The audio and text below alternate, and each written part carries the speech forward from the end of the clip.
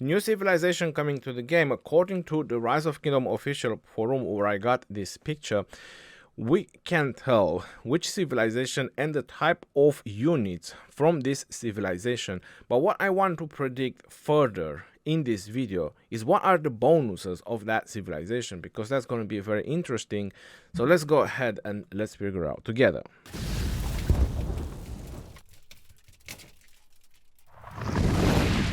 Hello everyone, I'm Legend Ronnie, and today we're gonna figure out the picture that I just showed you at the beginning of the video, which obviously we've talked a little bit in some of my other videos. I'm gonna make sure to post a card on the top, and we also might know the epic and legendary commanders that will be introduced with this new civilization. As you all know, whenever they add a new civilization, including the Vikings, when they added, they introduce an epic commander alongside a legendary commander, Ragnar, which you already know we have it in the game. Now, according to this picture, I believe that it's very easy what we can tell from it. We already see arrows, right, which kind of tells us that it's going to be archers. And the second thing that we see in this picture, I'm going to zoom in a little bit more. You can see the Egyptian writing in the background is pretty vague. Like if you don't zoom in high enough, you won't be able to tell. But right beneath the Rise of Kingdoms, you'll see the Egyptian writings, and then on the right up corner, you see the Eye of Horus. So I think this is not rocket science that we will have an Egyptian civilization. Before we knew about this picture on the forum, there was another picture that was circling on Discord. So this is not an official picture. This is just something from Discord. So again, take this with a grain of salt. But it looks to be very legit. Like even the arrows, they look very similar to the ones we see in the picture, the arrows that these archers have. This 100% might just be the tier 4 and the tier 5 archer units from the Egypt civilization. According to the video that I have done, which again, if I mention it already, post card on the top, the two new commanders with them is going to be Thutmose III and Imhotep, and I talked a little bit more about them, and I expect Thutmose III to be a legendary leadership and the Imhotep to be like an epic commander. Now again, this is not official leaks, or this is not official information that I have. This is just things that I found either from Discord or various websites. By now, I think is pretty sure that the civilization is set up. The archers are set up. Now, what can they have as a bonus, as a civilization? Because as you noticed, we have many archer civilizations. We have Britain, we have Ottoman, we have China with Chukonu, and the most used archer civilization in Rise of Kingdoms, it is the Ottoman Empire. It is very easy and very simple. Why? Troop march speed. So this is not archer march speed, which means that any kind of units that you have, your cabs, your infantry, your siege, will have a 5% march speed. And then it is active skill damage. It is not archers skill damage or archer troops or all damage for archers. It is active skill damage, which means that all commanders that do active skill damage, leadership, integration, if there is any archers, infantry, cabs, they all do skill damage. So it makes a lot of sense that the Ottoman civilization is probably one of the most used civilization in Rise of Kingdoms.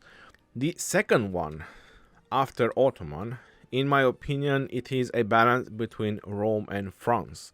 France is because it also has troops health, which affects all your troops, right? It's not just infantry, it's not just cabs or archers.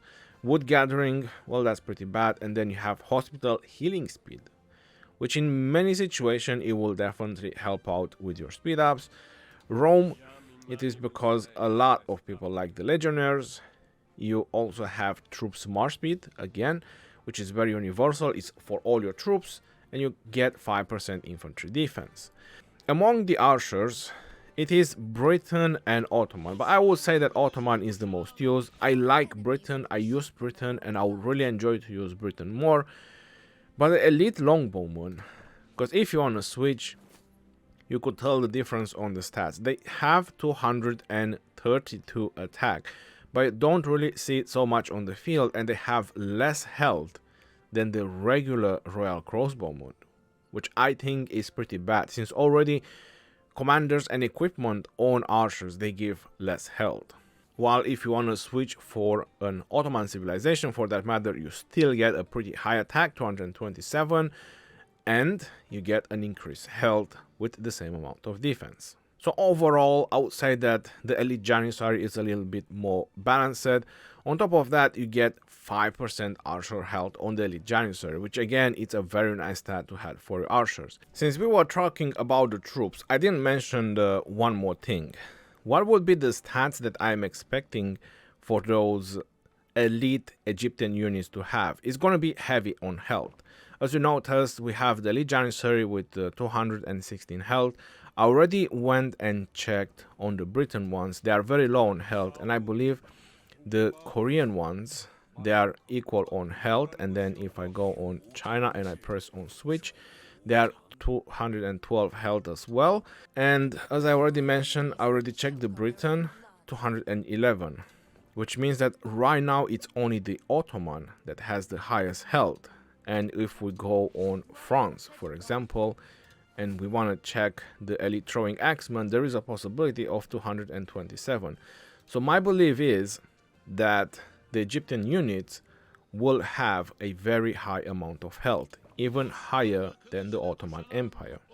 Now, what could the Egypt civilization bring on the table, right? When you think about it, you have Ottoman, which is almost complete.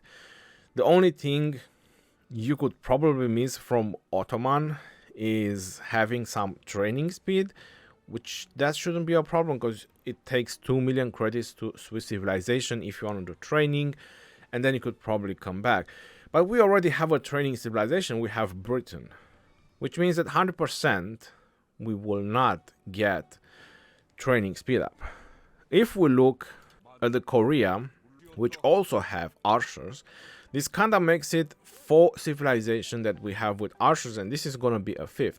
Korea has hospital capacity 15%, research speed, which for the late game is pretty useless, and increased archer defense. So we have a civilization with health, we have a civilization with defense, we have the second civilization with defense, which is troop defense. It's all of them. Action points recovery, again, that's very nice. Building speed, very useless.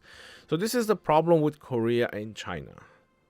They might be good civilization for starters, having building speed at the beginning and then switching to Korea to reduce your research, but later on you'll get stats that will be very useless from China and Korea, like building and research speed up. So that's the biggest downfall that these two civilizations have. That's why nobody is mentioning about them, that's why nobody is advising them.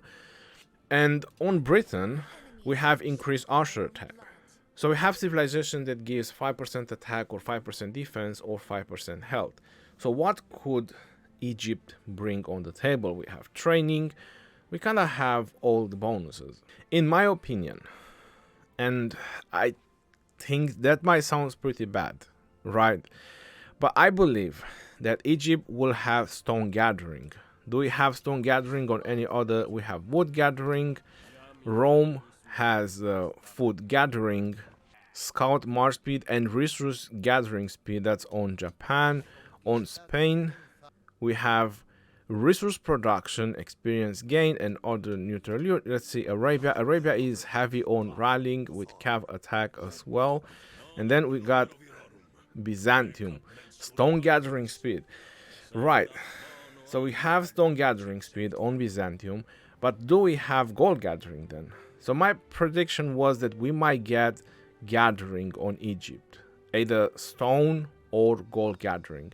The reason I was thinking about stone, which it can be very highly possible still, because one, none of the archer civilization have gathering. None of them. It's calves or infantry that have gathering, but not the archers.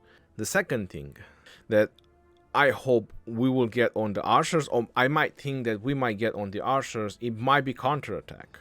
That's something we don't have on cabs, but that's something they introduced on infantry with the Vikings, which I don't think counterattack it is an amazing stat to have, because on the infantry they only added 3%, which is not super high. But I would presume that there will be another stat that they want to add. We already have skill damage on archers, so there's a lot of other stats that we have, and then they have to add them some stats. In my opinion, I think they would go with health, even though we already have health on Ottoman. But I want to believe, and from what I have seen so far and experienced, from my experience on the field, I think health is pretty important for archers, because equipment lacks a lot of health, commanders don't really give so much health, and it will definitely help out to try to balance a little bit from the civilization.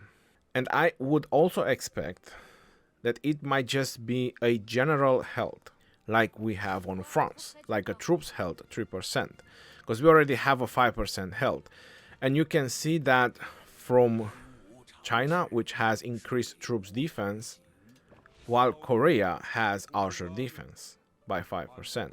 So this is kind of the stats, and this is kind of the thought process about Egypt. This is what I'm expecting to get, something related to gathering, resource gathering, and in particular gold, because that's really something we don't have, either stone or gold. In gathering, some counterattack, and obviously some health.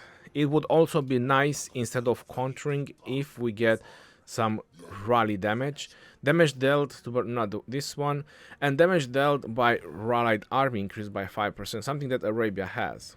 So you can add that on Egypt as well, so you can have an archer civilization which has increased rally damage. Over the counterattack, I would also like that very much. To get another civilization with either march speed or skill damage, I think that will be too good. Another nice thing to see on Egypt, but that's very less likely, because we already have China that gives action points recovery, we have Germany that gives action points recovery and troops training, and then we have Britain with troops training. So there is already 2 archer civilizations that give training speed or action points recovery. That would be nice if they would add both of them, like troops training and action points recovery with some troops health 3%. I think that would be the most amazing universal civilization overall. You know, to combine France with Britain and with China, like get something from all 3 of them and just put it in one. But I highly doubt that. So let me know your thoughts in the comment section below. What do you think? What are the bonuses of the Egypt civilization? Is going to be troops held by 3%, is going to be counterattack, I'm not sure, 3-5% all rally army damage, and it's going to be gathering either stone or gold. I want to hear your thoughts in the comment section below. Until next time, this is your boy Legend Ronnie signing off. Peace out, Theo, and take care. See you on the next one, and stay safe out there, my friends.